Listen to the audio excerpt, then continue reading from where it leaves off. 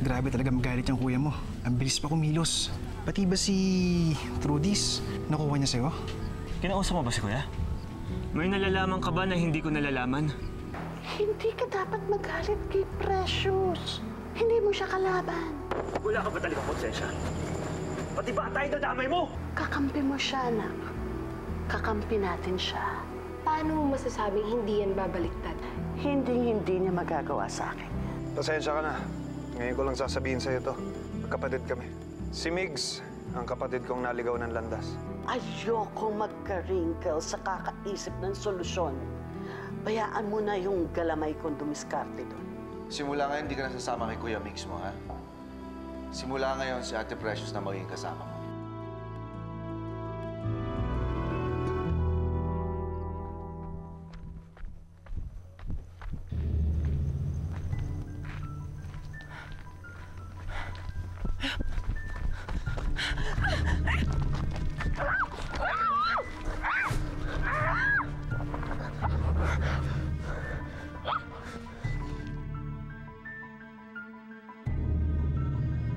Chad, huwag kang matakot. Gusto lang kita kausapin. Anong huwag ako matakot? Tingnan mo nga ginawa mo sa akin. Hinila-hila mo pa ako dito. Akala ko kung mangyayari sa akin. Ikaw lang pala. Wisit.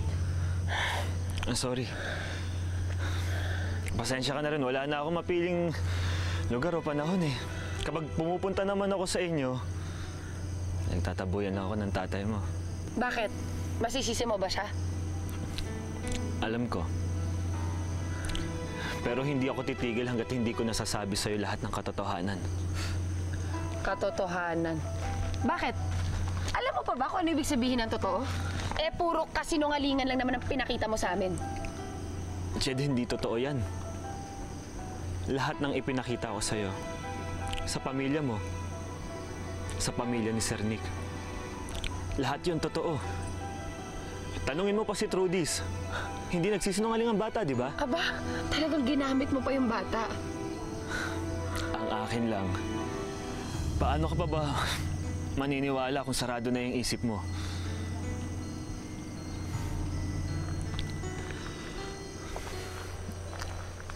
Jed, wala na bang halaga sa'yo yung pinagsamahan natin? Hindi mo ba naramdaman kahit kailan yung katotohanan doon?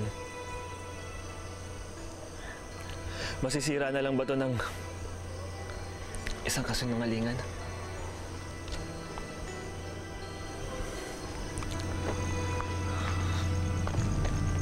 Sige. Magpaliwanag ka na. Handa na akong makinig sa kung ano man ang gusto mong sabihin sa akin.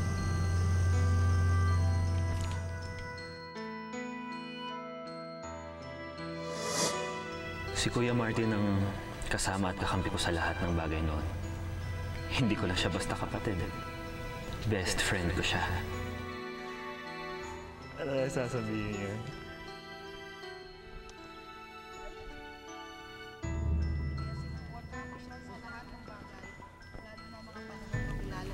Maganda yan. Lapitan mo lang tapos magpakilala ka na agad. Sabihin mo ulit yun. Sige na, bilisan mo. Kaya ba yan? Sige na! Kaya sinuportahan ko siya sa lahat ng bagay. Lalo na nung mga panahong nakilala niya si Grace.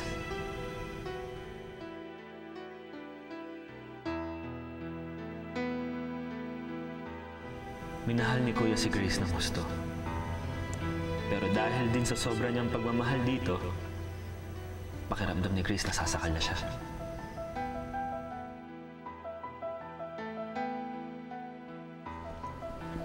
Kuya, tama na yan. Sige na, magpalamig ka na muna. Ako naman bahala kaya. Sige na. Grace. Hindi ko alam kung hanggang kailan ko matitiks yung kuya mo. Grace, engage na kayo ni Kuya. Ngayon ka pa ba magdadalawang isip? Siguro, magpahinga ka na muna. Magpalamig kayo.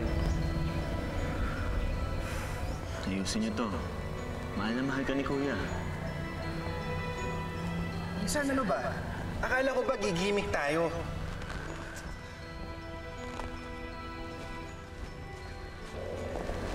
Sorry wrong timing pala. Minsan pwede ba ikaw naman ang maghatid kay Grace?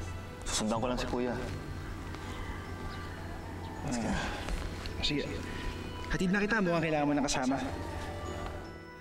Noong mga panahon na nagkaproblema sila ni Grace, ako ang naging hingahan ng sama ng loob ni Grace. At sinubukan ko silang tulungan na maayos ang relasyon nila.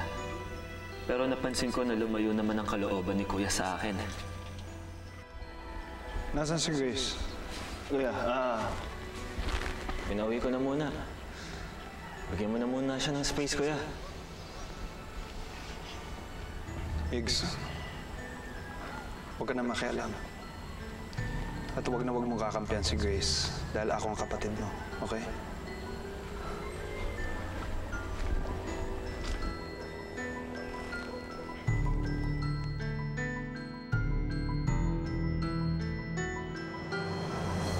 Nagsiselos na pala sa amin nun si Kuya. Na pinagdududahan niya na kami ni Grace.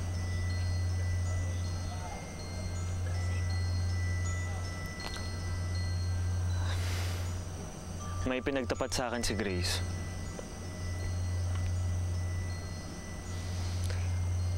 May iba na siyang mahal. Nabuntis siya sa ibang lalaki.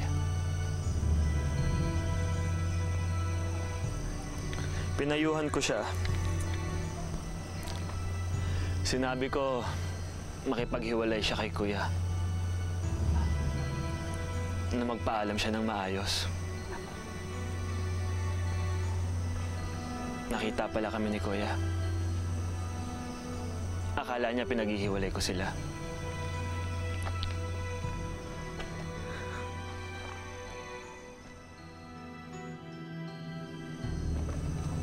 Nagtalo kami ni Kuya.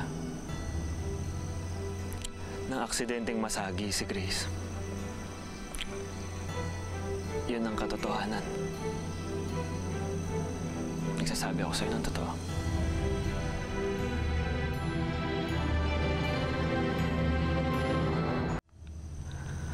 Wala akong kasalanan, Ched. Kailangan ko lang lumayo dahil hindi ako mapatawad ni Kuya sa kasalanang hindi ko man lang ginawa. Ngayon, Ched, nagsasabi ako sa'yo ng totoo.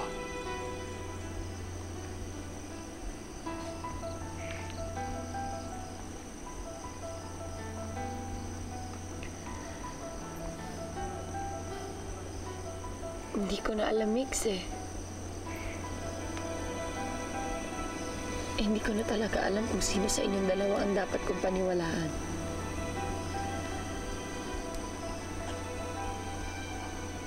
Hindi ko na alam.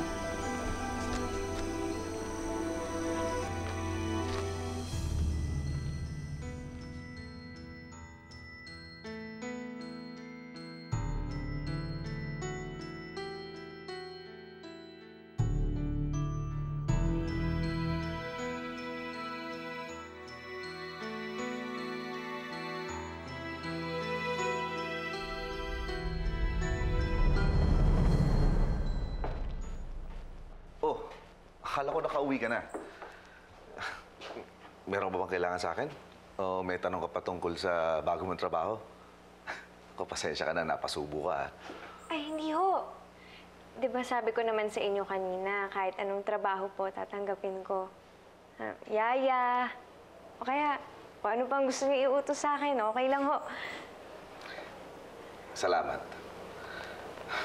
Kinailangan ko kasing tanggalin si Migs muna Lalo na't hindi ko pala kilala ang tunay niyang pagkatao. Sir Nick, ba't ako po? Bigla niyo po akong pinagkatiwalaan. Ewan ko. Pero unang kilala ko pa lang sa'yo, talagang magaan ang loob ko Tingin ko talaga magkakasundo tayo. Tsaka hindi, totoo Unang tingin ko pala sa'yo, tingin ko, mabuti kang tao. Ako ho? Talaga, mabuti akong tao.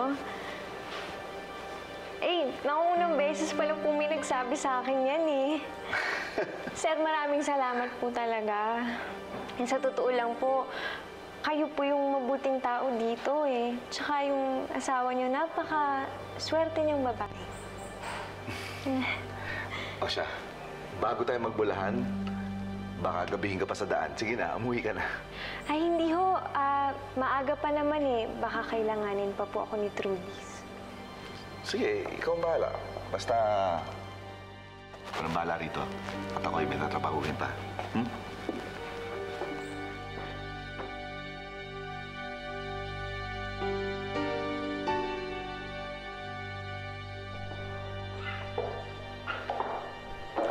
Ang babaw mo naman. Kinausap ka lang konti ng asawa ko, parang mapupunit niya ang bibig mo sa kakangiti. Bakit? Masama bang umiti sa bahay na to? Palibhasa, yung mukha mo, laging nakasimangon. Sayang naman. Ganda mo, oh. Ano? Tignan mo. Tignan mo yung mukha mo. Laging lukot. Kaya ganyan yung... Hoy! Magdahan-dahan ka sa pananalita mo. Baka nakakalimutan mo kung sino ako sa bahay na to. Ikaw? Di ko nakakalimutan yun. Ikaw ang asawa ni Nick na laos sa anak niyang si Trudis. Kaya nga yung nanay mo, di ba tinawagan ako para humingi ng tulong? Ano? Ano ngayon, ha? Ikaw, mag-ingat-ingat ka dyan sa pinag-aasta-asta mo, ha? Alam mo kung sino ka? Hindi mo ako kilala. Huwag ka masyadong matika sa akin. Alam mo ka.